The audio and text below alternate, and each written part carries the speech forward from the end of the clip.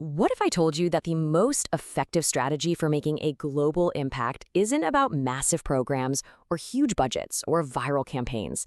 What if it's something way smaller and way more focused? Well, that's exactly what we're going to explore today as we dive into a classic text on strategy with a surprisingly counterintuitive master plan.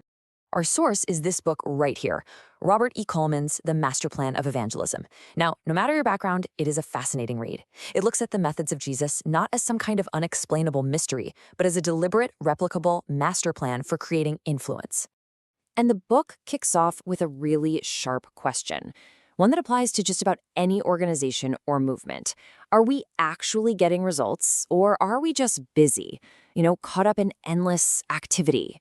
It really sets the stage for a hard look at strategy versus just, busyness. I mean, think about it. Our modern approach to just about anything is to go big, right?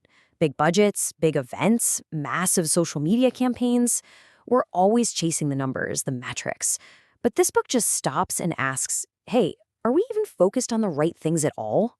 And what's so interesting is that the solution it presents isn't just a small tweak to our modern methods. No, it's a complete 180. It's a strategy that, honestly, on the surface, seems totally backwards for a world-changing goal. So here it is, the core principle. The very first step in the plan is what the book calls selection. And get this, it wasn't about reaching the masses directly. It was about investing deeply in just a few key individuals. The method was the men. Let that sink in for a second. The goal was to reach the world, but the method was not a world-reaching program. So, okay, if it wasn't about big, flashy programs, what on earth was it about? And boom, there it is. That's the central idea of the whole thing. Don't chase the crowd. Instead, build the leaders that the crowd will one day choose to follow. The method was the people. So, what kind of people got picked for a job this big? So you look at who he selected. And it wasn't the influencers or the PhDs or the elite of the day. Not at all. He chose common laborers, fishermen, a tax collector, people the world considered unlearned and ignorant. They weren't polished, but they had two things that mattered more. They were teachable, and they were hungry for something real. He chose potential over pedigree. I mean, this is the principle of concentration in its purest form. He literally staked everything, the entire future of his mission, on the development of this one, small, dedicated team. It seems unbelievably risky, right? But it was the foundational genius of the whole plan. So once he picks them, how did he train them? Right, so the training method, it wasn't a formal school, it wasn't a series of seminars, it was this deep process of life-on-life immersion, and it was built on three core pillars: association, consecration, and impartation. Okay, let's break this down. First, association. It's simple. He was just with them, all the time. He himself was the walking, talking school and the curriculum.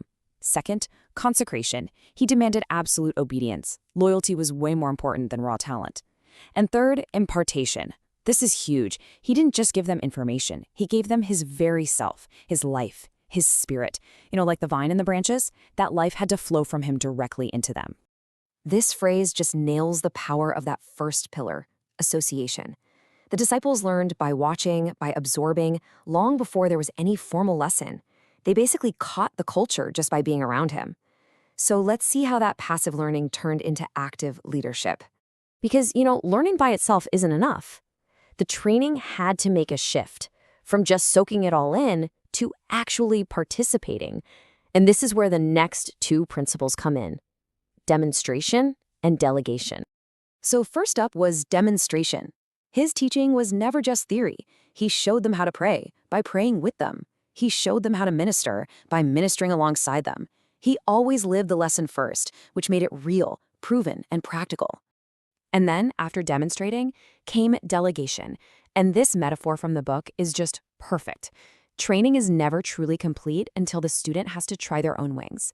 It was that critical moment where they had to go from just watching to actually doing. But he didn't just push them out of the nest blindly. No way. He gave them a super clear strategic mission briefing. Go to the people who are ready to listen. Travel light. Focus on finding key people, just like he did. And hey, expect some opposition. He was setting them up for a real-world test of everything they learned. And all of this brings us to the ultimate goal, the engine that was designed to make this whole thing go global: reproduction. Every single step we've talked about wasn't just for that first group of disciples. It was designed for every generation to come. So let's just trace the whole strategic flow one more time. It all starts with selection. You choose a few teachable people. Then comes constant association. You live life together. He required their full consecration, their total obedience. Then he activated them through delegation, giving them real work to do. And the final critical command was reproduction. Go find others and do this exact same process all over again with them. And that's the key. That's the whole ball game. The goal was multiplication. This plan was never about addition, gaining one follower at a time. It was about creating an exponential growth curve by building leaders who would then go on to build more leaders, who would build more leaders. So it really leaves us with a pretty provocative question for our own time, doesn't it? In a world that is obsessed with scale, with social media, with reaching millions of people instantly, is it possible that the most powerful, world-changing strategy is still the slow, deep, personal investment in just a few?